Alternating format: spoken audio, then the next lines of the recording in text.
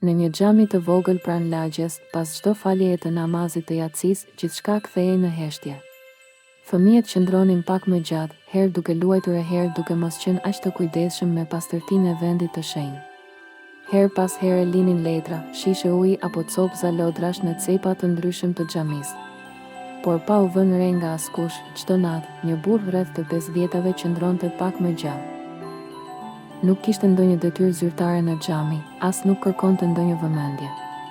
Me duar të buta e lëvizje të qeta, ai mblidhte çdo copë mbeturin, rregullonte tapetin dhe vendoste këpucët që kishin mbetur jashtë pa kujdes. E bënte gjithmonë në heshtje, kur të gjithë kishin ikur dhe largohej i fundit. Askush nuk e kishte vënë re për javë të tëra. Një natë, imami i xhamisë kishte harruar telefonin dhe u kthye pas në sallë. Aty, në qetësinë e natës, pa burrin teksa përkulej dhe mblidhte letrat që fëmijët kishin lënë pas. Ai nuk e vuri re se po e shihnin. Të nesërmen, pas namazit të sabahut, imami foli para të gjithëve.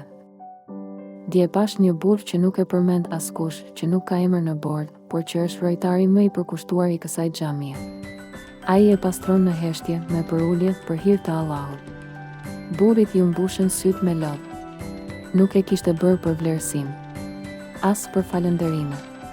Por fjalët e imamit ishin si një përqafim nga Zoti, një shenjë se ai i sheh të gjitha. Mësimi. Veprat e sinqerta që bëhen me fshehtësi janë ato që peshojnë më rënd në peshorën e Allahut. Nuk ka nevojë për duar trokitje, kur ajo që bëjmë është për atë që sheh çdo gjë, edhe në errësirë.